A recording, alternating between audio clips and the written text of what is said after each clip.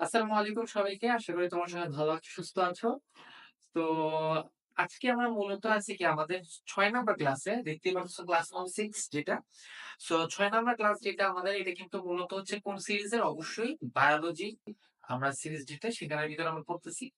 Basic biology কোর্সের। So একটা জিনিস আমি ১ম এ হয়তোবা ক্লাস ১ বা ২ তে বলছিলাম তোমাদেরকে যে আমরা মূলত ভাবতেছি কি যে কিছু চ্যাপ্টার ফ্রিতে দিব, বাকি চ্যাপ্টার গুলো একটা পেইড কোর্সে নিয়ে যাব। ঠিক আছে? সো এটা বলার পরে তোমাদের অনেকের মেসেজ আসছে এই রিকোয়েস্ট করে যে ভাইয়া এটা ভালো হয় যদি পুরাটা ফ্রি দিয়ে দেন। এখন সত্যি কথা বলতে গেলে এটা আসলে অনেক বেশি ইম্পসিবল একটা ব্যাপার ছিল আমাদের জন্য, পুরা টিমের জন্য যে তোমার physics, chemistry, math, biology so আর হ্যাঁ, সো মোট ৫ টা সাবজেক্টের সবগুলা চ্যাপ্টার ফ্রিতে দেওয়া তোমাদের ইউটিউবে। এটা আসলে প্রায় ইম্পসিবল ছিল। কারণ কি এখানে আমাদের তো বেসিক্যালি বলতে গেলে কোনো বেনিফিট নাই, তাই না? কোনো আর্নিং নেই। সো আমরা আমাদের সময়, শ্রম দিয়ে আমরা ভিডিও-টিডিও করে অনেক দিন-রাত খাটাখাটনি করে আমরা ভিডিও ছাড়বো। হ্যাঁ, অবশ্যই তোমাদের জন্য অবশ্যই ভালো। বাট আমাদের জন্য তো একটু কষ্ট হয়ে যায়, তাই না? সো আমাদের যদি আমরা কিছুটা ইনকাম থাকতো, কিছুটা আনো তাহলে আমাদের জন্য একটু সুবিধা হইত। তাও তোমরা যেহেতু রিকোয়েস্ট করছো তোমাদের কথা তো আর ফালায় দিতে পারি না, তাই না? সো তোমাদের কথাবার্তা চিন্তা করি আমি আমার বাকি টিম মেম্বার যারা আমাদের আ এই হোসেনস ক্লাসরুমের আরকি মূলত যারা বাকি পার্টনার যারা, বাকি মানে তো যারা আছে টিম মেম্বার সাথে কথা বলে আমরা এই একটা ডিসিশনে পৌঁছেছি যে মূলত আমরা তোমাদের রিকোয়েস্টটাই রাখবো। সো আমরা মূলত physics, chemistry, math, higher math, biology ৫ টা সাবজেক্টের প্রতিটা চ্যাপ্টার ফ্রিতে ইউটিউবে আপলোড দেওয়া হবে। সেই সাথে আমাদের ফেসবুক পেজও দেওয়া হবে। ইউটিউবে অবশ্যই হোসেনস ক্লাসরুম এসএসসি লিখলে পেয়ে যাবা। আর ফেসবুক পেজ হচ্ছে আমাদের হোসেনস ক্লাসরুম। তো সবকিছু লিংক দেওয়া থাকবে। ঠিক আছে? এই ইউটিউব চ্যানেলে। সো তোমরা অবশ্যই পেয়ে যাবা। আশা করি আমি। আর হচ্ছে কি যেটা বলতেছিলাম যে তোমাদের জন্য সবগুলো ফ্রিতে দেওয়া হবে। কিন্তু আমরা আরেকটা জিনিস ডিসাইড করছি যে আমাদের জন্য যে সেটা হচ্ছে কি যে তোমাদের সুবিধা এটা তো অবশ্যই থাকবে যে আমাদের একটা টার্গেট নিব আমরা। সাপোজ মনে করো যে কি আমরা আপলোড যখন এখন শুরু করতেছি, সো আমাদের টার্গেট হচ্ছে কি ২০২৪ সাল। তো তোমরা হচ্ছে কি এইচএসসি তোমরা ২৫ তাই না? আমি মনে হয় কোন একটা ভিডিওতে এই ক্লাস ১ বা ২ কোন একটাতে মনে হয় ভুলে এসএসসি ২৪ বলে দিয়েছি। যাই হোক ওটা ভুলে মিস্টেক হয়ে গেছিল কারণ এসএসসি ২৪ তো শেষ, তাই না? এসএসসি ২৫ তোমরা, তাই না? শুধু এসএসসি ২৫ এর জন্য এগুলা। কারণ তো অন্য কোনো এসএসসি যারা তোমার ২৬ সালে ২৭ সালে তো কারিকুলাম আমাদের মিলবে না। সো তোমরা যারা এসএসসি ২৫ তোমাদের জন্য সেপ্টেম্বরের মধ্যে আমাদের টার্গেট হচ্ছে কি এই ৫ টা সাবজেক্টের সবগুলা চ্যাপ্টার ফ্রিতে দিয়ে দাও ইউটিউবে। ঠিক আছে? সেপ্টেম্বর থেকে আমরা যে কাজটা করব সেপ্টেম্বর, অক্টোবর, নভেম্বর, ডিসেম্বর এই ৪ মাস আমরা একটা রিভিশন বেচ লঞ্চ করব। যে রিভিশন বেচে আমরা মূলত এই সবগুলা চ্যাপ্টারকে আরেকবার রিভাইজ দেওয়াবো কিন্তু খুবই শর্টকাট। শর্টকাটে বলতে কিরকম? তোমার ক্লাসগুলা এরকমই ক্লাস থাকবে কিন্তু এর থেকে আরো বেশি ইফেক্টিভ বা রিভিশন কিন্তু না তুমি কিভাবে রিভিশন দিবা। পরে এইসব ক্লাসে কিন্তু আমরা মূলত কি বইয়ের ভিতর যা লেখা আছে ওগুলো প্রতিটা জিনিস অক্ষরে, অক্ষরে বুঝে সামনে আগাচ্ছি। এই ক্লাসগুলো কিন্তু এক প্রকার বলতে গেলে প্রিমিয়াম ক্লাস। কারণ আমাদের টার্গেট কি ছিল?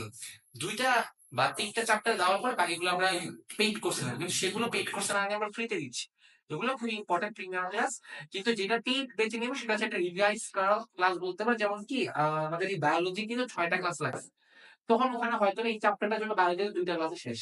সো রিভিশনে আমরা খুবই স্পিডে রিভিশন দিব। সেই সাথে আমরা কি করব এখানে একটা এক্সট্রা যে ফিচারস গুলা থাকবে, ওখানে এক্সাম থাকবে অনেকগুলা। সেই সাথে এক্সামে তুমি কিভাবে প্রশ্ন চিনবা, শুধু পারলে হবে না, তাই না? তুমি কিভাবে বুঝবা যে না এই প্রশ্নের উত্তর এটা হবে, সেটা কিভাবে লিখবা তুমি? সেই সাথে তোমার পরীক্ষা নেওয়া হতে শুরু করে সবকিছু আমরা ওখানে কভার করে দিব। ওইটার ফিজ আমরা ঠিক করি নাই এখনো। বাট আমরা প্ল্যানিং করতেছি হয়তোবা ৩,০০০ মতো রাখতে পারি। এখন সিওর না আমরা।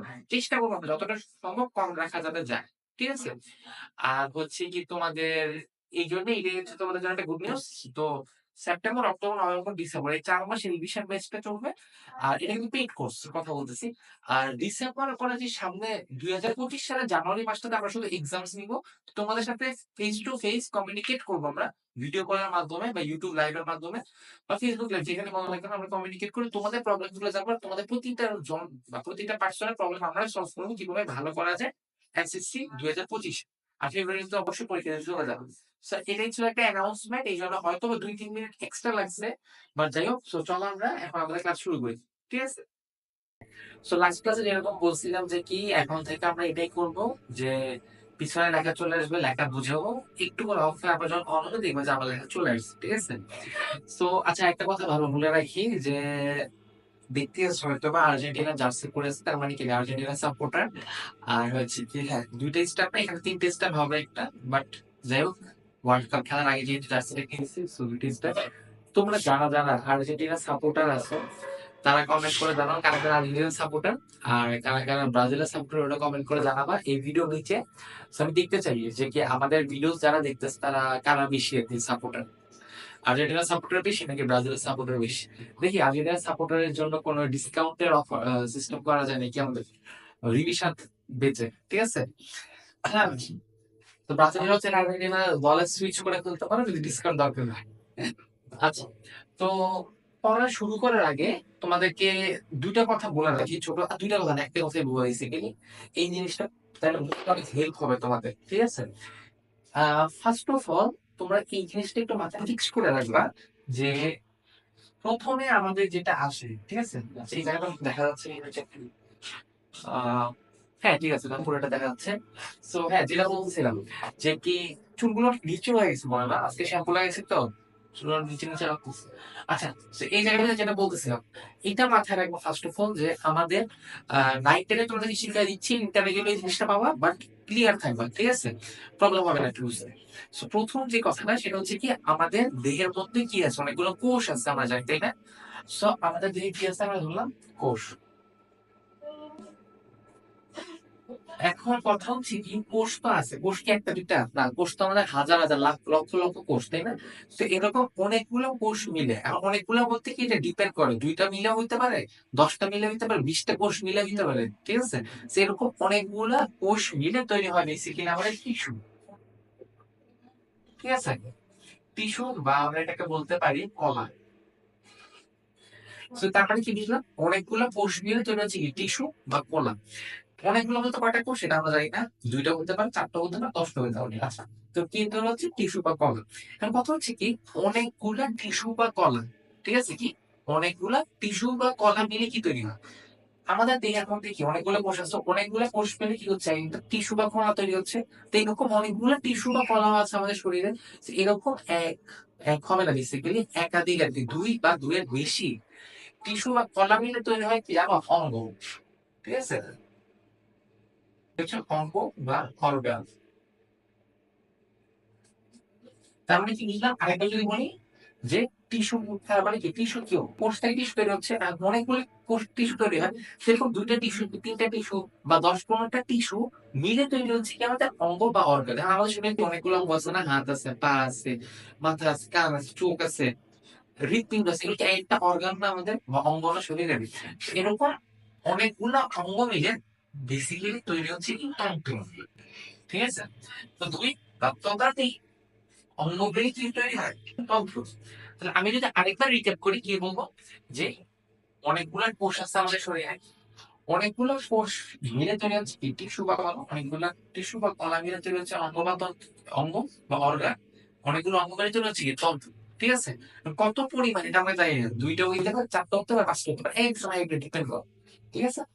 এখন এখানে চলে আসছি, এখানে যদি আমরা খেয়াল করো সেটা যে কি এখানে যেভাবে লিখছি আমি, এই জিনিসটা আশা করি তোমরা ইজিলি বোঝার জন্য লিখছি। আর আগে যেভাবে বলছিলাম সেই কথাটা এখনো আবার বলবো, অবশ্যই অবশ্যই অবশ্যই তোমরা নোট করবে, ঠিক আছে? আগের নোটগুলো যেরকম করছো এখন নোটগুলো এরকম অবশ্যই করবে। আমি যদি খেয়াল করে দিব, এক বা একাধিক টিস্যু মিলে একটা নির্দিষ্ট কাজ করতে পারে, এরকম প্রাণীদের এমন, হ্যাঁ, তো এক বা একাধিক টিস্যু মিলে একটা নির্দিষ্ট কাজ করতে পারে এমন আহ কি রে, হ্যাঁ, এমন প্রাণীদের অংশ বিশেষকে অঙ্গ বলে। প্রশ্ন যদি আসে যে তোমার অঙ্গ কাকে বল, তখন কি লিখবা, এভাবে লিখতে পারো, যে আরেকটু শর্ট করে লিখতে পারো যে এক বা একাধিক টিস্যু মিলে যে কোনো একটা নির্দিষ্ট কাজ করার জন্য তৈরি বিশেষ যেই ওটা যে সাধারণত কি বলে অঙ্গ বলে, ঠিক আছে? সেভাবে লিখতে পারো, বা এই যে বোর্ডের মধ্যে যেভাবে লিখে দিচ্ছে ওভাবে লিখতে পারো, ঠিক আছে? আর যে লেখা দিয়েছে সেটা কি, যে কোনো অঙ্গের একই বা ভিন্ন ভিন্ন টিস্যু থাকে।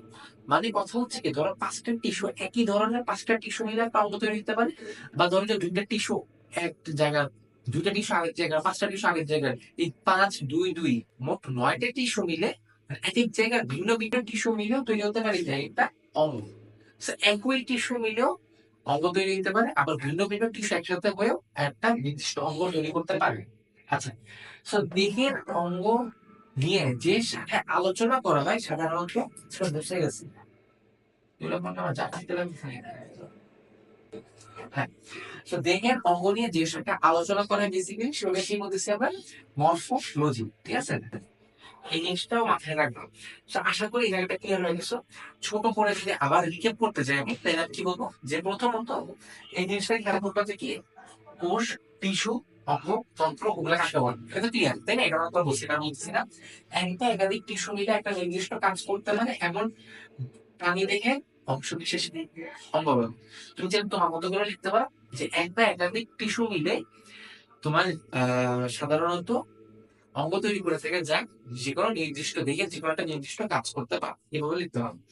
আচ্ছা, পরে কি কোন অঙ্গে একই বা ভিন্ন ভিন্ন টিস্যু থাকে যেটা নিয়ে টাকা বলছে, আর দেহের অঙ্গ নিয়ে যে শাখায় আলোচনা করা হয় সেটা কি বলা হয় মরফোলজি, ঠিক আছে? চলো আমরা পরবর্তী যে কথাগুলো আছে সেগুলো নিয়ে আমরা আলোচনা করি।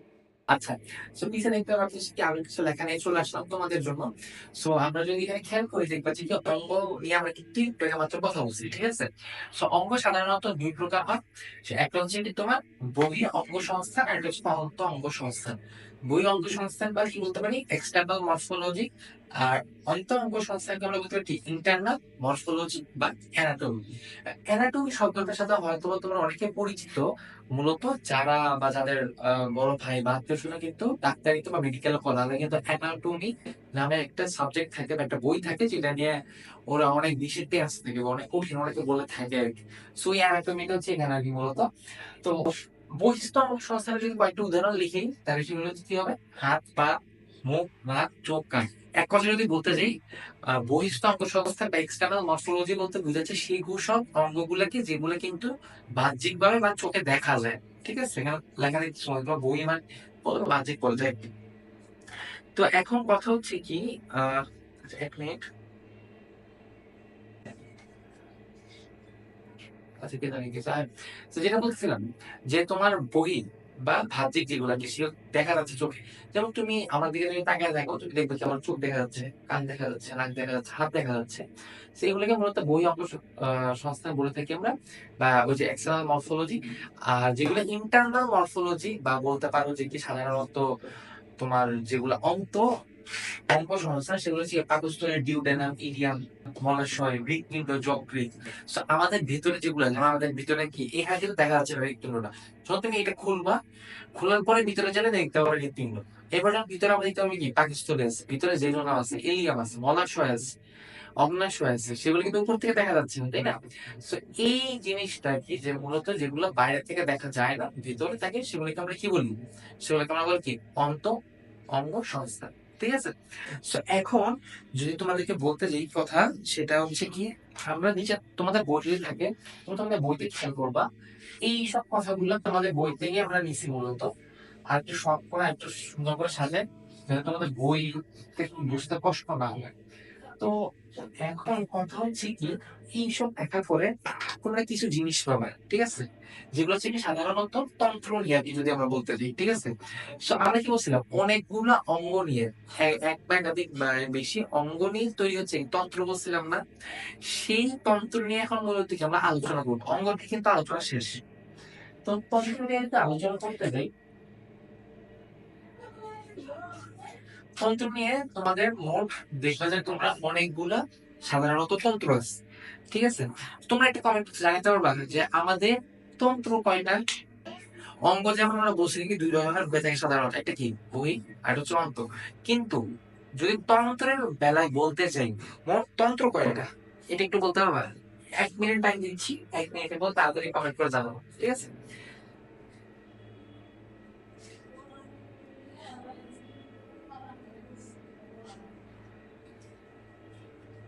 আচ্ছা, সো আই হোপ এতক্ষণে তোমরা কমেন্ট করে জানাই দিচ্ছ। তা আমাদের যে বইটা আমরা এখন পড়তেছি সেই বইতে মূলত লেখা যায় কি আমাদের 7টা তন্ত্র আছে, ঠিক আছে? তো 7টা তন্ত্র কি কি আমরা যদি লিখতে যাই প্রথমে কি হবে সেটা হচ্ছে কি পরিপাক তন্ত্র। পরিপাক তন্ত্র, দুইয়ে হচ্ছে কি আমাদের তোমার পরিশোষণ তন্ত্র, ঠিক আছে। প্রথমে কি পরিপকতন্ত্র, দ্বিতীয়টা কি শোষণতন্ত্র। এরপরে যদি আমরা যাই 3 নম্বরে আমি লিখতে পারি রেচন তন্ত্র, ঠিক আছে, রেচন তন্ত্র, ঠিক আছে। তো 4 নম্বরে যদি আমরা দেখি আমরা কি লিখতে পারবো, আমাদের সাধারণত স্নায়ু তন্ত্র নামেও একটা তন্ত্র আছে, আমরা 4 লিখতে পারি কি স্নায়ু তন্ত্র। সমান কয়টা হয়ে গেল, 4টা কিন্তু আমরা এক বন্ধে লিখে ফেলছি, আমাদের আর আছে কয়টা, 3টা। তো প্রথমটা কি, প্রথমটা ছিল পরিপাকতন্ত্র, এরপরটা কি, এরপরটা ছিল শোষণতন্ত্র, রেচনতন্ত্র, স্নায়ুতন্ত্র। তো আমরা যদি পরে লিখতে যাই 5 নাম্বার, যেটা আমরা বলতে পারি কি জননতন্ত্র, প্রতিটা নিয়েই কিন্তু আমরা ডিটেইলসে ডিসকাস করবো। একটা লেখানোর পরে বোর্ড মুছবো, এরপরে ক্যামেরাতে একটু স্টপ আমাদের দেখবে কি প্রতিটা পরিপাকতন্ত্র যা যা ইম্পর্টেন্ট কথাবার্তা আছে সেগুলো নিয়ে বলবো।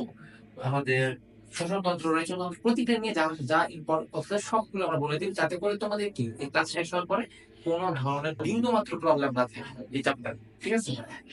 আচ্ছা, 5টা লিখছি। সো 6 নাম্বার লিখে আন্তঃখোরাক গ্রন্থিতন্ত্র বলা হয় এটাকে বলে, ঠিক আছে। সো আমরা কোনটা হয়ে গেল, 6টা লিখে দিচ্ছি আমরা। আর হচ্ছে কি তোমার লাস্ট যেটা, সেটা হচ্ছে কি আমরা বলি সাধারণত ত্বকতন্ত্র, ঠিক আছে। এই হচ্ছে মোট 7টা। আর কথা হচ্ছে কি তোমরা যখন ইন্টারভিউ বা মানে ক্লাস 11 12 তখন কিছু চেঞ্জেস দেখবা, ঠিক আছে, এই তন্ত্রের মধ্যে। সেই সাথে তোমরা আরো অনেকগুলো নতুন তন্ত্রের নাম জানবা, আরো অনেক সাথে মানে জিনিসটা হচ্ছে আরো যত উপরে যাবো তার বৃদ্ধি পাবে, ঠিক আছে। তো এই প্রতিটা জিনিস নিয়েই না চ্যাপ্টার আছে আমাদের ইন্টারভিউ। সাপোজ ধরো যে কি যখন তুমি আমাদের ইন্টার এখন যদি বলতে যাই 3 নাম্বার যে চ্যাপ্টারটা সেটা হচ্ছে কি আমাদের পরিতন্ত্র নিয়ে, 4 নাম্বার চ্যাপ্টার হচ্ছে কি আমাদের শোষণতন্ত্র নিয়ে, 5 নাম্বার আহ না না না 3 নাম্বার হচ্ছে পরিতন্ত্র নিয়ে, 4 নাম্বার হচ্ছে কি রক্ততন্ত্র বা হচ্ছে হৃদপিণ্ড ওগুলো নিয়ে, 5 নাম্বার চ্যাপ্টার হচ্ছে শোষণতন্ত্র নিয়ে, 6 নাম্বার চ্যাপ্টার হচ্ছে রেচনতন্ত্র নিয়ে। তো এরকম হচ্ছে কি প্রতিটা তন্ত্র প্রতিটা নিয়ে আলাদাভাবে না থাকলেও খুব খুব ইম্পর্টেন্ট যেগুলো যেমন পরিপাক, শোষণ, রেচন, এইসব তন্ত্র নিয়ে আলাদা আলাদা করে পুরো চ্যাপ্টার রেখে, ঠিক আছে। সে কি প্রতিটা আলাদা আলাদা চ্যাপ্টার রেখে দিচ্ছি এগুলোকে। এখানে আমরা হয়তো বা জাস্ট খালি কি 5 6টা বা 7 8টা লাইন শিখবো একটা জিনিসের উপর। যেমন ধরো যদি এগুলো বুঝতে পারে, আমরা যখন পরিপাক তন্ত্র নিয়ে কথা বলবো পরিপাক তন্ত্রতে কি লিখবা যে যা যা 5টা বা 6টা বা হায়ার 10টা লাইন আছে, কিন্তু যখন ওই যে ইন্টারভিউ হবে এটা নিয়ে পুরো একটা আলাদা অধ্যায় বা একটা আলাদা চ্যাপ্টার আছে। তো ঠিক আছে, তো জাস্ট এটা বলে রাখলাম জাস্ট জানার জন্য। তো চলো এখন আমরা বলে কি পরিপাক তন্ত্র নিয়ে আমরা ডিসকাস করি ডিটেইলসে। আচ্ছা, সো পিছে দেখতে পারতেছো কি যে তোমাদের জন্য পরিপাকতন্ত্র নিয়ে কথা বলে নিয়ে চলে আসছি। সো প্রথম যেটা সেটা অবশ্যই পরিপাকতন্ত্র পড়ার বলে নিয়ে আমরা আস্তে আস্তে প্রতিটা নিয়ে কথা বলবো, এই ক্লাসের মধ্যে সবগুলো শেষ করবো আমরা, আমাদের এটাই টার্গেট। সো পরিপাকতন্ত্র নিয়ে যদি কথা বলতে যাই, তোমরা জিনিসটা খেয়াল করবে সাধারণত পরিপাকতন্ত্র নিয়ে কিভাবে গঠিত হয়, খাদ্য গ্রহণ, পরিপাক, শোষণ নিয়েই এই তন্ত্রটা গঠিত হয়, ঠিক আছে। এরপর হচ্ছে কি 2 ধরনের সাধারণত পরিপাকতন্ত্র বলা হয়, একটা হচ্ছে কি পৌষ্টিক নালী, একটা হচ্ছে কি পৌষ্টিক গ্রন্থি। এরপর হচ্ছে কি পৌষ্টিক নালীর কথা যদি বলতে যাই তাহলে কি বলবো, দেখে তোমার পৌষ্টিক নালী আর পৌষ্টিক গ্রন্থি কিন্তু দুইটা পার্ট আমাদের পরিপাক তন্ত্রের। আর কথা হচ্ছে কি পরিপাক তন্ত্রের দুইটা পার্ট, যেমন পৌষ্টিক নালীর আন্ডারে কি কি পড়তেছে আর পৌষ্টিক গ্রন্থির আন্ডারে কি কি পড়তেছে সেগুলো নিয়ে আমার হচ্ছে নিচে কথা। তো তোমরা যদি একটু খেয়াল করে দেখো তোমরা কি দেখবা যে পৌষ্টিক নালীর মধ্যে কি কি আছে, যে তোমার মুখগহ্বর, গলবিল, অন্ননালী, পাকস্থলী, ডিউডেনাম, ইলিয়াম, রেক্টার, মলাশয়, মুখছিদ্র, পায়ুছিদ্র, এই 10টা। তো তোমরা একটু কষ্ট করে 10টা মাথায় রাখবে, কারণ কি এই 10টা যদি মাথায় না রাখবো এখান থেকে এমসিকিউ আসতে পারে যেটাতে তোমাদের ভুল হইতে পারে। তো একটু কষ্ট করে রাখার চেষ্টা করবো 10টা মাথায় রাখা। আর সেই সাথে এখান থেকে সৃজনশীল আসলে এইভাবে আসবে না কোনটা, যে তোমার এইটা ধর অন্ননালী কোন গ্রন্থির বা কোন পরিপাকতন্ত্রের, সরি কোন পরিপাকতন্ত্র না, কোন তন্ত্রের অন্তর্ভুক্ত অন্ননালী, এভাবে প্রশ্ন আসার চান্স খুবই কম। কিন্তু তোমার যদি পরীক্ষা এরকম আসে যে তন্ত্রগুলো নিয়ে আলোচনা করো, সাপোজ মনে করো উদ্দীপকে এরকম যদি আসে যে একটা উদ্দীপক এবং একটা স্টোরি দেওয়া, ধরো কি তামিম একটা নবম শ্রেণীর ছাত্র যার তন্ত্রের সমস্যা এরকম কিছু, তো তাকে ডাক্তার কাছে নিয়ে যাওয়ার পর ডাক্তার বলছে কি এরকম তোমার এই কাজ করতে হবে, এছাড়াও আমাদের শরীরে এই 7টা তন্ত্র যা খুবই গুরুত্বপূর্ণ। সো এখন প্রশ্ন আসতে পারে কি যে ডাক্তার যে 7টা তন্ত্র নিয়ে কথা বলছে সেটা একটু বিশ্লেষণ করো। তোমার বিশ্লেষণ করার সময় 7টা তন্ত্রের নাম লিখতে হবে, যেগুলো একটু আগে লিখে পড়াইছি। আর প্রতিটা তন্ত্র নিয়ে একটু কথা বলতে হবে, যেমন পরিপাক তন্ত্র নিয়ে কথাগুলো বলবো তখন, পরে দিয়ে যেমন শোষণ তন্ত্র নিয়ে একটু কথা বলবা, তারপরে তোমার হচ্ছে স্নায়ুতন্ত্র নিয়ে একটু কথা বলতে, এইভাবে করে তুমি একটা সৃজনশীল অ্যান্সার করতে পারবা। এখন তো এই ক্লাসের মধ্যে সৃজনশীল নিয়ে জাস্ট খালি একটা বললাম যে সৃজনশীল এইভাবে আসতে পারে, এই তন্ত্র থেকে এইভাবে অ্যান্সার করতে পারবো, এছাড়া কিন্তু আমি মূলত পড়াচ্ছি, তাই না? কিন্তু ওই যে আমাদের যে প্রিমিয়াম বেচটা, যেটা রিভিশন বেচ আর কি, সামনে আসতেছে সেপ্টেম্বর থেকে, সেখানে কিরকম হবে, সেখানে এইরকম সৃজনশীল গুলো নিয়ে সবচেয়ে বেশি কথা হবে। কারণ কি অলরেডি পড়ানো তো আমি এই ইউটিউবে ফ্রি লেকচার দিয়ে দিচ্ছি, পড়ানো তোমাদের শেষ হয়ে যাবে। তখন ওখানে পড়ানোর থেকে বেশি আমরা ট্রিক্স নিয়ে আলোচনা করবো, কিভাবে প্রশ্ন আসতে পারে, কিভাবে অ্যান্সার করবা, যাতে করে বেশি নাম্বার তুমি পেতে পারো। ঠিক আছে? তো যাই হোক, তো যেখানে ছিলাম আমরা, যে পৌষ্টিক নালী থেকে এই 10টা নাম বললাম। আর পৌষ্টিক গ্রন্থি যেটা, সেটা হচ্ছে কি তোমার লালা গ্রন্থি, যকৃৎ আর অগ্ন্যাশয়। এই তিনটে সাধারণত কি পৌষ্টিক গ্রন্থির অন্তর্ভুক্ত। So, আশা করি তোমরা পরিপাক তন্ত্র নিয়ে পুরোপুরি ক্লিয়ার, কারণ কি পরিপাক তন্ত্র নিয়ে এই ক্লাস 9-10 এ বুঝার মতো, অবশ্যই তোমরা 10 তাই না, এইচএসসি 25, তো তোমাদের এই ছাড়া আর কোনো কিছু বুঝার মতো নাই এই শ্রেণীতে। এই পরিপাক তন্ত্র নিয়ে আরো অনেক কিছু বুঝতে পারবো তুমি যখন উপরের শ্রেণী উঠবে, তখন আবার মনে করো কি মুখ গহ্বরের ডিটেলস আছে, পাকস্থলীর ডিটেলস আছে, এই নিয়ে ক্লিয়ার একটু ডিটেলস পাবা তুমি। তো প্রতিটা জিনিস নিয়ে অনেক ডিটেলস তুমি আরো জানবা কিন্তু। ঠিক আছে? সো এখন চলো আমরা পরিপাক তন্ত্র আমাদের শেষ, চলো আমরা শ্বসন তন্ত্রের আগে। ঠিক আছে? আচ্ছা, সো আমরা এখন কিন্তু মূলত শ্বসন তন্ত্র থেকে আলোচনা শুরু করতেছি। তো শ্বসন তন্ত্রের দিকে তাকালে দেখবা কি এটা নিয়ে তেমন অত বেশি কথাবার্তা নাই, জাস্ট খালি কি তুমি শ্বসন তন্ত্রের আন্ডারে যেসব জিনিসগুলো আছে সেগুলো মনে রাখলেই হবে, যেমন কি নাসারন্ধ্র, গলবিল, larynx, trachea, bronchus, bronchiole, alveoli, আর হচ্ছে কি একজোড়া ফুসফুস। এই জিনিসগুলো কি অন্তর্ভুক্ত? এই জিনিসগুলো হচ্ছে আমাদের কি শ্বসন তন্ত্রের অন্তর্ভুক্ত। আচ্ছা, পরেরটা দিয়ে তাকে আমরা দেখবো কি যে স্নায়ুতন্ত্র নিয়ে কথাবার্তা এখানে লেখা। সো স্নায়ুতন্ত্রের বেলা কি দেহের বাইরের ভেতরের উদ্দীপনা গ্রহণ করে সেই অনুযায়ী প্রতিক্রিয়া সৃষ্টি করাই হচ্ছে কি আমাদের স্নায়ুতন্ত্রের কাজ। সাপোজ একটা উদাহরণ যদি দিতে যাই, তো তোমাকে একটা মশা কামড় দিছে, আর মশা যদি একটা কামড় সাথে সাথে কি এবার চিমড়ি যে দিচ্ছে নিজেকে, এটা দিলে কি এই জিনিসটা কি মূলত বাইরের বা ভিতরের উদ্দীপনা, সেটা কি বাইরের উদ্দীপনা না এখন ভিতরে কোনো একটা উদ্দীপনা আসতে পারে, সেই উদ্দীপনাটা গ্রহণ করে সেটা কোন যাবে মস্তিষ্কে। এই মস্তিষ্কে নেওয়ার পরে ধর সাপোজ এখানে একটা মশা কামড় দিচ্ছে, কামড় দিলে যে ব্যথাটা একটু ইয়ে করে উঠবে, সেটা কি মস্তিষ্কে যাবে। মস্তিষ্কে প্রতিক্রিয়া দিলে কি একটা বাড়ি মারবে, তার সাথে সাথে আমার বাধা ডাইন হাতে এসে বাম হাতে একটা বাড়ি মারবে মশাটা মারার জন্য। সেগুলো থেকে দেহের বাইরে বা ভিতরে যে উদ্দীপনাটা সৃষ্টি হচ্ছে, এই উদ্দীপনা অনুযায়ী প্রতিক্রিয়া সৃষ্টি করানোটা হচ্ছে কার কাজ, আমাদের স্নায়ুতন্ত্রের কাজ। এখন যদি স্নায়ুতন্ত্রের অন্তর্ভুক্ত কি আছে দেখতে যাই, আমরা কি কি দেখবো, মস্তিষ্ক, সুষমা কাণ্ড, আর হচ্ছে কি করটিক স্নায়ু, এই তিনটা হচ্ছে মূলত কি আমাদের স্নায়ুতন্ত্রের অন্তর্ভুক্ত। আর রেচন তন্ত্রটার বেলায় আমরা লিখেছি যে দেহ থেকে অপ্রয়োজনীয় বজ্র পদার্থ নিষ্কাশন করে যে তন্ত্র, সেটাকে আমরা কি বলতেছি, রেচন তন্ত্র। রেচন তন্ত্রের অন্তর্ভুক্ত কি একজনের বৃক্ক, একজনের ইউরেটর, মূত্রথলি, মূত্রনালী। মূত্রনালীর একটা নাম আছে, সেটা হচ্ছে ইউরেথ্রা। এই জিনিসটা একটু মাথায় রাখতে হবে, কারণ কি যদি এমসিকিউ তে আসে যে কি তোমার রেচনতন্ত্রের অন্তর্ভুক্ত নিচের কোনটি, তিনটা অপশন ডিফারেন্ট অন্য কিছু দিবে আর লাস্টে দিলে ইউরেথ্রা, তখন তুমি কনফিউজ হয়ে যেতে পারবে, তাই না? তো অবশ্যই মাথায় রাখবা আমাদের মূত্র নালী বলতে আমরা কিন্তু মূত্র নালী আর কি বলতে আমরা কিন্তু ইউরেথ্রাও বুঝে থাকি। সো এগুলো হচ্ছে কথাবার্তা। সো আশা করি তোমরা ক্লিয়ার হয়ে গেছো। আর হচ্ছে কি তোমার যদি ক্লিয়ার যদি না হয়ে থাকো, বাই চান্স, এটা চান্স খুবই কম যে তোমরা ক্লিয়ার হয় নাই, কারণ কি এইভাবে করেই বুঝাচ্ছি, আর যখন ফুল ক্লিয়ার হয়ে থাকো তাহলে যদি একটু দেখো যে বুঝতেছো না কিছু, তাইলে আমি রিকোয়েস্ট করবো একটু পিছিয়ে যাও, পিছিয়ে আবার দেখা শুরু করো, তুমি অবশ্যই ক্লিয়ার হয়ে যাবে সেকেন্ড টাইম দেখলে।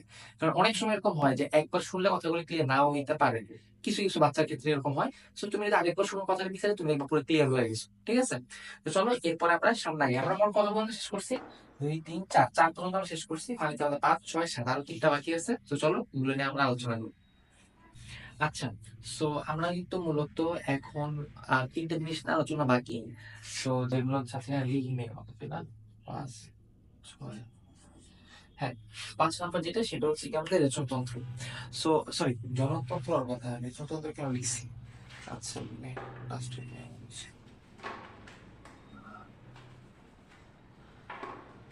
হ্যাঁ, তোমার ওই তোমাদের জন্য মনে করো যে কি আমরা সর্বোচ্চ চেষ্টা করতেছি একটা ভালো কিছু দেওয়ার আর কি। তো এখন মনে করো যেমন এখন কিন্তু এই ভিডিওটা শুট করতেছি, আহ, ভিডিওটাও মনে করো যে কি মানে নিজের শরীর আর কি এত 100% না, মানে ফিট 100% পারফেক্ট ফিট, বাট তাও চেষ্টা করছি তোমাদেরকে ভালো কিছু দেওয়ার। তো অবশ্যই আমাদের জন্য দোয়া করবা যাতে আমরা যাতে আরো অনেক কিছু তোমাদের জন্য করতে পারি ফিউচার, ঠিক আছে?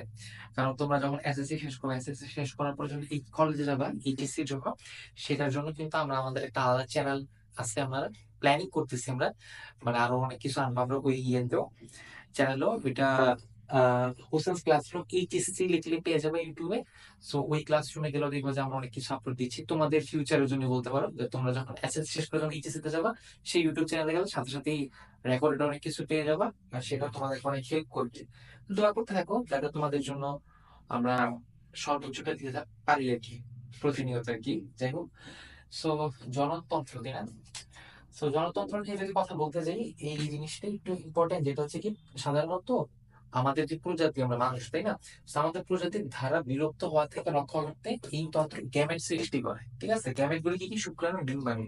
তো মূলত ব্যাপারটা হয় কি, যে ধরো আমি বা তুমি আমরা আছি তাই না, এখন সাপোজ মনে করো যে আমাদের পূর্বপুরুষ যারা, মানে আমাদের পিতা মাতা, দাদা দাদি, ওরা সবাই মারা গেল, এখন শুধু আমরা বেঁচে আছি।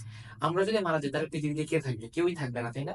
তাই জন্যই আমাদের যে প্রজাতি যাতে বিলুপ্ত না হয়, সেটার জন্য আমরা কি করি, আমাদের সন্তান সন্ততি জন্ম দিই, আর আমরা পারে গেলে আমাদের ছেলে মেয়ে, ছেলে মেয়ের আবার ছেলে মেয়ে, মানে আমাদের নাতি নাতনি ওরা থাকবে তাই না? তো ওই যে জন্ম যে দিচ্ছি, সেই কাজগুলি মূলত করা হয় জনতন্ত্রের মাধ্যমে। তো এখন মনে করো আমাদের এই জনতন্ত্র গুলো কাজ করে কি, প্রজাতি যাতে বিলুপ্ত না হয় তাই গ্যামেট নামে একটা জিনিস সৃষ্টি করে, যেটাতে মূলত পুরুষদের ক্ষেত্রে শুক্রাণু, মানে আমাদের ছেলে বা পুরুষ ওদের ক্ষেত্রে শুক্রাণু, আর মেয়েদের ক্ষেত্রে কি হয়, মেয়ে বা স্ত্রী ওদের ক্ষেত্রে কি হয়, ডিম্বাণু। তো এই জিনিসটা হচ্ছে কি সাধারণত জনতন্ত্রের কাজ। এটা নিয়ে আরো অনেক ডিটেলস আছে অন্যান্য চ্যাপ্টারে, ওখানে গেলে আমরা আরো ডিটেলস এটা নিয়ে আলাপ আলোচনা করবো, ঠিক আছে? তো আমরা যদি পরে দেখি, আমরা কি দেখবো, মানুষ এক লিঙ্গ প্রাণী, এটা অবশ্যই মাথায় রাখা, মানুষ সবসময় এক লিঙ্গই হয়ে থাকে। আর পুরুষের দেহে সাধারণত পুরুষ প্রজনন তন্ত্র, আর স্ত্রীর দেহে স্ত্রী প্রজনন তন্ত্র থাকে। পুরুষ প্রজনন তন্ত্র বলতে কি, ওই যে শুক্রাণু থাকবে ওগুলা। স্ত্রী প্রজনন তন্ত্র বলতে কি, স্ত্রীদের মাঝখানে বা মেয়েদের মধ্যে ডিম্বাণু থাকবে সেটা, ঠিক আছে? তো এইটা হচ্ছে কি মূলত আমাদের জনতন্ত্র নিয়ে পুরো ডিসকাশন, এর থেকে বেশি আর কিছু জানা দরকার নেই এই চ্যাপ্টারের জন্য, বেশি কিছু আসবে না এখানে। আর ত্বকতন্ত্র নিয়ে যদি বলতে চাই, ত্বকতন্ত্র তেমন কিছুই নেই বলতে গেলে। তোমার দেহের বাইরে একটা আবরণ থাকে না আমাদের, এই আবরণটা, এটাকে আমরা ত্বক বা চামড়া বলি, এটাকে ত্বকতন্ত্র বলা হয়। এই একদম। তো এটা হচ্ছে কি আমাদের মূলত কি যেটা, এরপরে আছে কি তোমাদের অন্তঃক্ষরা গ্রন্থি তন্ত্র, ঠিক আছে? তো এই বইয়ের ভিতর আসলে লেখাটা এইভাবে, কিন্তু আসলে জিনিসটা এইভাবে হয় না।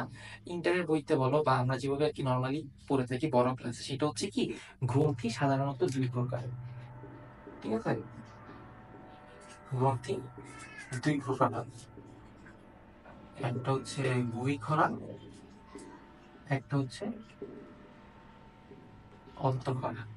তো বহিঃখরা থেকে উৎপন্ন হয় কিছু জিনিস, আর অন্তঃখরা থেকে উৎপন্ন হয় কিছু জিনিস, ঠিক আছে? তো গ্রন্থি মূলত দুই প্রকার, একটা হচ্ছে কি বহিঃখরা গ্রন্থি, একটা হচ্ছে অন্তঃখরা গ্রন্থি। তো তোমার অন্তঃক্ষরা গ্রন্থি থেকে যেমন আসতেছে তোমাদের হরমোন, ঠিক আছে? আর বহিঃক্ষরা গ্রন্থি থেকে আসে কি, এনজাইম।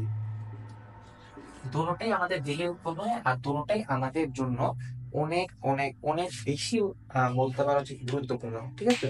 তো এখন কথা হচ্ছে কি, আমাদের যদি এই দুটি এইভাবে যদি পড়ে থাকি আমরা, যে গ্রন্থ দুই প্রকার, বহিঃক্ষরা অন্তঃক্ষরা, বহিঃক্ষরা এনজাইম, অন্তঃক্ষরা হরমোন, আচ্ছা হরমোন উপাদান, হরমোন, বইয়ের ভিতরে এইভাবে লেখা নেই তোমাদের বইতে তাই না, তোমাদের বইতে এই চ্যাপ্টারের জিনিসটা লেখা অন্তঃক্ষরা গ্রন্থি তন্ত্র, এটা লেখা, এটার ভিতরে লেখা শুধু হরমোন টরমোন, এগুলো নিয়ে কথাবার্তা, ওগুলো নিয়ে আমরা ডিসকাস করবো। বাট এই জিনিসটা নিয়ে লেখা নাই কেন, এটা আমিও জানি না সত্যি কথা বলতে গেলে। বই অদাটা যারা লিখছে ওরাই ভালো বলতে পারবে, বাট আমার মতে এটা যেহেতু এক করছে, এটা এক করতে কি অসুবিধা ছিল, কারণ সম্পূর্ণটাই কিন্তু একটা গ্রন্থির আন্ডার আসতেছে তাই না? যাই হোক, সমস্যা নেই, এই জিনিসটা জাস্ট জানানোর জন্য জানাই রাখলাম, যখন পরবর্তী শ্রেণীতে যাবা তখন দেখবা যে বই খরা এনজাইম নিয়ে অনেক কথাবার্তা, অন্তঃক্ষরা হরমোন নিয়ে অনেক কথাবার্তা, এই আর কি। তো এখন আমরা যেটা আছে বইতে সেটাই পড়ি, সেটা হচ্ছে কি আমাদের অন্তঃক্ষরা গ্রন্থি তন্ত্র, তাই না? তো আমাদের শেষ যেটা অন্তঃক্ষরা তন্ত্র। অন্তঃকরণ গ্রন্থির তন্ত্র বেলায় যদি আমরা বলতে চাই, আমরা কি লিখবো? প্রথম তো এটা মাথায় রাখবা যে এইগুলা না তোমার নালীহীন। ঠিক আছে, তোমার এই যে একটু আগে বলছিলাম না বহিঃক্ষরা গ্রন্থি, ওগুলা নালী যুক্ত। তো এগুলা মাথায় রাখবে কি এগুলা সাধারণত তোমার নালীহীন হয়। ঠিক আছে, আচ্ছা এখানে একটু বলিছে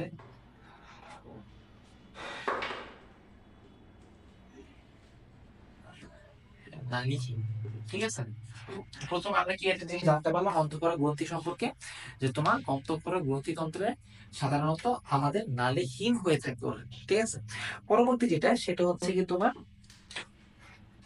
হরমোন নিঃসৃত হয় এই গ্রন্থিগুলো থেকে, হরমোন নিঃসৃত হয়। 3 নাম্বার দিয়ে যদি আমরা আলোচনা করে যা কি লেখা যায়, যে সাধারণত পরিবহন করার জন্য নির্দিষ্ট নালী থাকে না। সো ঘুরে ফিরে একই কথা, তাও দিয়ে দিচ্ছে সাধারণত নালীহীন যেহেতু, সো পরিবহনের জন্য নালী থাকে না। ঠিক আছে, তার মানে কি বুঝলাম, আমরা পরিবহন করার জন্য নালী নাই এদের মধ্যে। আচ্ছা, সো সাধারণত এটা কি হয়, তোমার রক্তের মাধ্যমে এক স্থান থেকে আরেক স্থানে যায়। আচ্ছা এটা লিখে দিই, লিখে দিই। রক্তের মাধ্যমে এক স্থান থেকে অন্য স্থানে যায়। ঠিক আছে, এখন হচ্ছে কি এই যে অন্তঃক্ষরা গ্রন্থির অন্তর্ভুক্ত কারণে এটা যদি কথা বলতে যাই, তাহলে আমরা লিখতে পারি পিটুইটারি। ঠিক আছে, পিটুইটারি গ্রন্থি সাধারণত পরে হচ্ছে থাইরয়েড, পরে হচ্ছে প্যারাথাইরয়েড। So thyroid. আচ্ছা আমি মনে ভিডিও অন রেখে লিখতেছি না। ও আচ্ছা আচ্ছা আচ্ছা, আমার খেয়ালই নেই, বুঝতে পারছো। আচ্ছা সমস্যা নেই, লিখে যেহেতু ফেলছি আমি ওই ফেলে, আমার তো মূলত কথা ছিল কি লেখা শেষ হওয়ার পরে ভিডিও অন করে বলবো, তাই না? আমার ভিডিও অফ করতে ভুলে গেছিলাম আমি। আচ্ছা সমস্যা নেই, পিটুইটারি, থাইরয়েড, বলছে প্যারাথাইরয়েড অগ্নাশয়। প্যারাথাইরয়েড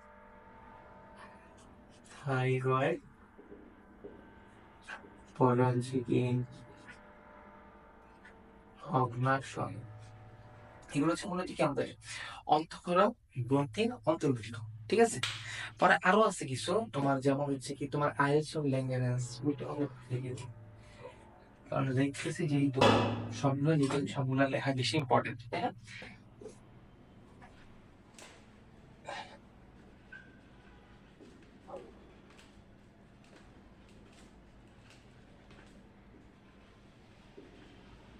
আইলেটস অফ ল্যাঙ্গুয়েজ,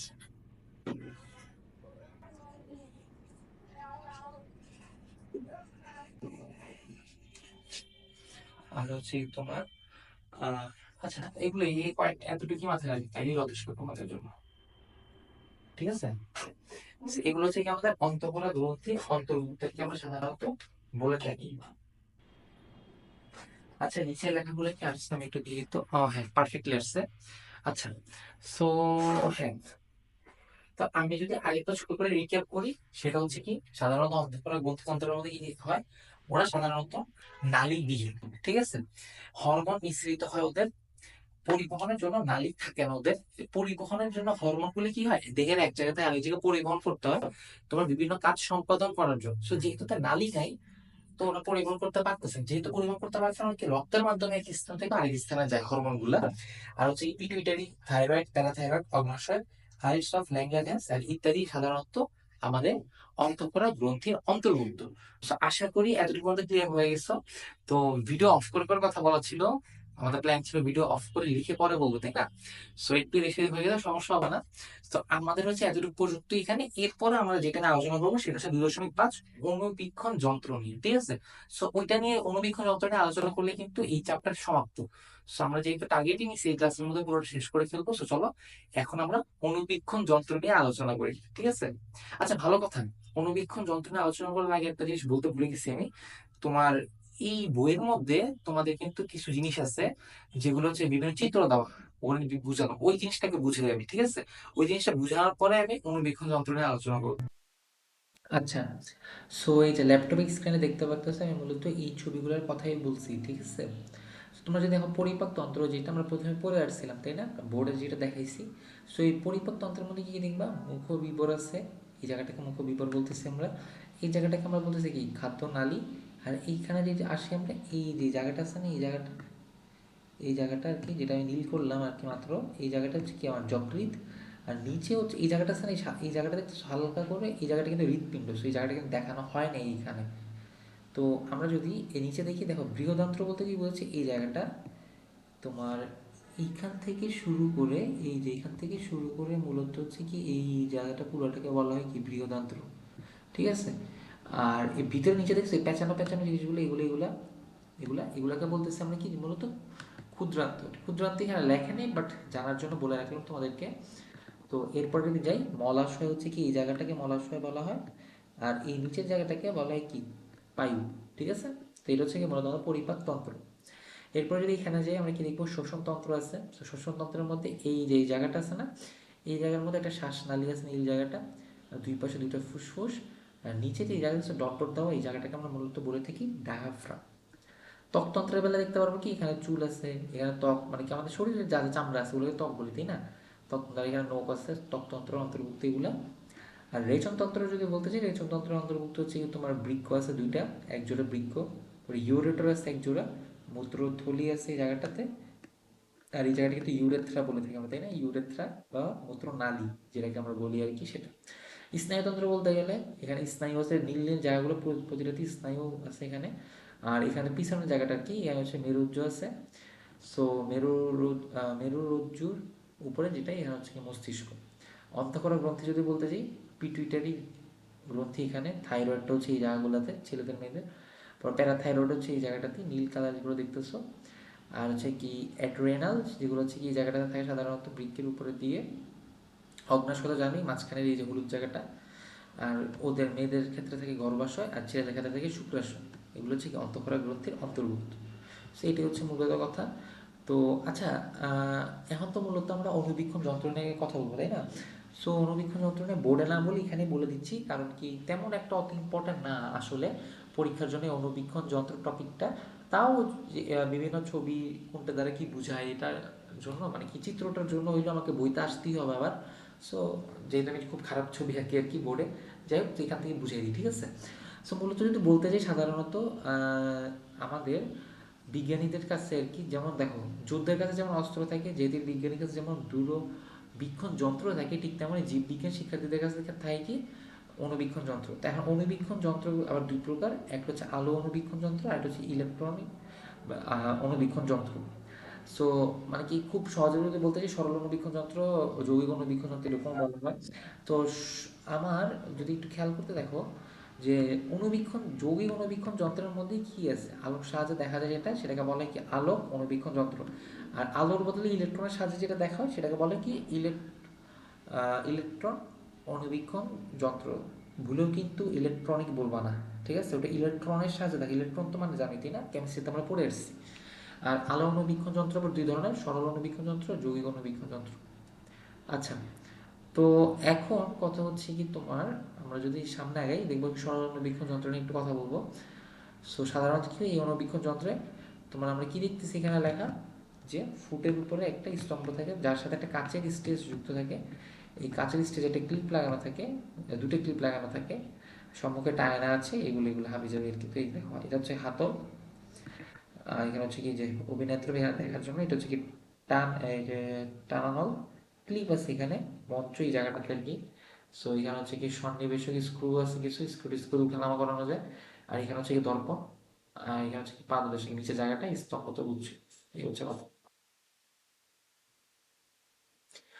এটা হচ্ছে মূলত কি আমাদের সরল অণুবীক্ষণ যন্ত্র, ঠিক আছে? সো লেন্স বসিয়ে তোমার স্থূল অ্যাডজাস্টমেন্ট করে আর কি, মানে কি লেন্স বসানোর পর এই জায়গাটা অ্যাডজাস্টমেন্ট করে মূলত তুমি একটা যে বস্তুটা দেখতেছো সেটার উপর ফোকাস করা হবে আয়না দিয়ে, সেটা বস্তুটাকে আলো প্রতিফলিত হবে, সেটা দেখতে পরীক্ষা করতে পারবা। এটার উপর ভিত্তি করে যন্ত্র দাঁড়িয়ে সেটাকে পাদদেশ বলে। তো ঠিক আছে, এই জায়গাটা তো বুঝছি, যেটার উপর দাঁড়িয়ে আছে যন্ত্রটাকে কি বলে, পাদদেশ। আর এখানে তো অভিনেত্র বলতে আমরা লেন্স বুঝেছি, এই জায়গায় মূলত কি লেন্স দিয়ে তোমার এই জায়গায় জিনিস রাখবা, সেটাকে দেখার জন্য তুমি দর্পণে রিফ্লেক্ট করার জন্য এই দর্পণ লাগাচ্ছ আর কি। So এখানেও একটা এখানেও এদিক সেদিক করতে হবে, বস্তুটা কীভাবে দেখতেছো সেটার উপর ভিত্তি করে এই জায়গাটাকে তুমি ফিক্সড করতে হবে, অ্যাডজাস্ট করার মতো কি কাজগুলো করতে হবে। তো এটা হচ্ছে কি মূলত সরল অনুবীক্ষণ যন্ত্র। যৌগিক অনুবীক্ষণ যন্ত্রের যদি কথা বলতে যাই, এখানে হচ্ছে কি তোমার কিছু কিছু জিনিস আগে থেকে জানা থাকতে হবে। স্ট্যান্ড, এটি বেজের উপর দণ্ডায়মান একটা উলম্ব পিলার। আর্ম বলতে পাকানো একটা অংশকে আর্ম বলে। বেজ বলতে মূলত বোঝাচ্ছে কি পাটাতনের উপর নাম বেজ। স্টেজ বলতে আর্মের নিচের অংশকে স্টেজ বলে। বডি টিউব বলতে বোঝায় তোমার সাধারণত এই যে অনুবীক্ষণ যন্ত্রের উপরের দিকে একটা নলাকার অংশ থাকে, যার এক প্রান্তে আইপিস আর অপর প্রান্তে অবজেক্টিভ লেন্সগুলো লাগানো থাকে, এই যে এটা আর কি। এটা মূলত কিন্তু যৌগিক, তাই ঠিক আছে। সেখানে লেন্স আছে, এখানে টানা নল আছে, এখানে দেহ একটা নল আছে, সেটা থেকে হচ্ছে কি স্থূল সন্নিবেশ স্ক্রু আছে একটা এই জায়গায়, এটা হচ্ছে কি সূক্ষ্ম সন্নিবেশক স্ক্রু আছে আরেকটা। এই জায়গাটাকে আমরা হচ্ছে বাহু বলি। পরে এই জায়গাটাকে হচ্ছে কি মঞ্চ বলি, যেখানে জিনিসটা রাখবো, এটাকে অবজেক্টিভ বলি, এটাকে নাসিকা বলি। পরে যেটা হচ্ছে কি ডায়াফ্রাম বলি এই জায়গাটার ভিতরে, এই জায়গাটাকে ডায়াফ্রামের স্ক্রু আছে বা অ্যাডজাস্ট করার জন্য। এখানে দর্পণ আছে, সেই জায়গায় রেখে এখানে চোখ দিয়ে এখানে মূলত আমি দর্পণের উপর রিফ্লেক্ট ফালে দেখতেছি জিনিসগুলো, ঠিক আছে। সো নোজ পিস বা অবজেক্টিভ আর কি, যেটা নিয়ে কথা বলছে, এটা যদি একটু ডিটেলসে বলতে যাই, এখানে কি লেখা, বডি টিউবের নিচের দিকে ঘূর্ণনশীল অংশকে কি বলে, নোজ পিস বলে। এতে তিনটা অবজেক্টিভ লেন্স লাগানো থাকে, পাওয়ার অবজেক্টিভ, হাই পাওয়ার অবজেক্টিভ, আর হচ্ছে অয়েল ইমার্শন অবজেক্টিভ।